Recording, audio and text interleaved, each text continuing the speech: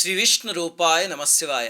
ఆళ్వార్లందరూ శ్రీ మహావిష్ణువు యొక్క ఆయుధాల, ఆభరణాల అంశలతో జన్మించితే, సాక్షాత్తు విష్ణువాంశతోనూ, విశ్వక్సేనుడి అంశతోనూ పుట్టిన ఆయనే నమ్మాళ్వారు గారు. కలి ప్రవేశించిన 45వ రోజు పుట్టారాయన. ఆయన పుట్టగానే కలికి అర్థమైంది. అమ్మో! ఈయన భక్తి వ్యాప్తి చేస్తే నా ప్రభావం ఉండదు అని. అందుకే ఆయన్ని శఠం అనే మాయతో ఆక్రమిద్దామని చూసేసరికి పుట్టిన ఆయన ఒక్కసారి కోపంగా కళ్ళు తెరిచారు. ఆ శక్తికి భయపడే కలి పారిపోయాడు.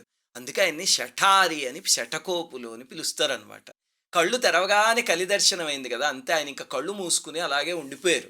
అద్భుతమైన శిశువు, తేజస్సుతో వెలిగిపోయేవారు. కన్నులు తెరవరు, నోరు మెదపరు, ఏమీ తాగరు, తినరు, మలమూత్ర విసర్జన ఉండదు.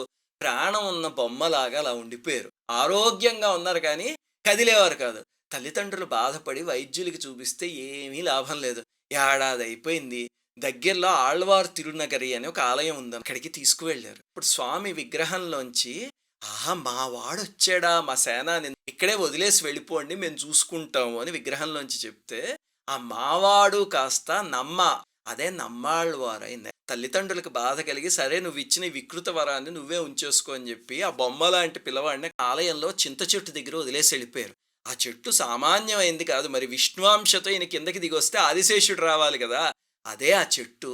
ఆయన పాక్కుంటూ వెళ్ళి చెట్టు తొర్రలో కూర్చున్నారు. అంతే, సంవత్సరాలయిపోయి ఉలకడు, పలకడు. దివ్య ప్రబంధాలు రాయరా అని కిందకి పంపిస్తే భగవంతుల్లో లీనమైపోయి అలాగా ఆ తన్మయత్వంలో రమించిపోతున్నాడు. శ్రీ మహావిష్ణువు యొక్క పద్మం ఉంది కదా, కుముదం, అంశతో ఇంకొక ఆళ్వారు గారు జన్మించారు, మధురకవి ఆళ్వార్ అని.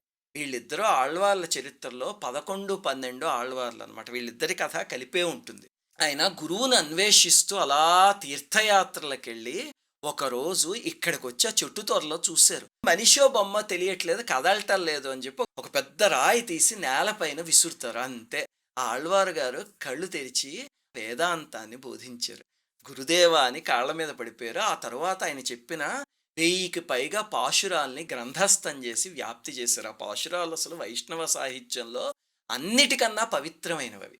ఆ తర్వాత నమ్మాళ్వారు గారు 32 ఏళ్లకే దేహాన్ని వదిలేయడానికి సిద్ధమైతే, ఈ మధురకవి ఆళ్వారు, గురువుగారు మీరు దేహం వదిలేస్తే ఇంక మాకు గతి ఏమిటి, మిమ్మల్ని చూడకుండా మేము ఉండలేము అని.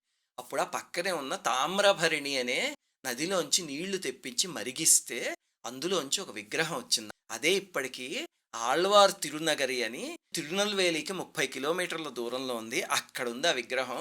ఆ చింత చెట్టు కూడా అక్కడుంది. దాన్ని నిద్రపోని చింత చెట్టు అంటారనమాట. ఇవి ఆళ్వార్ల చరిత్రలు. శ్రీమాత్రే నమః.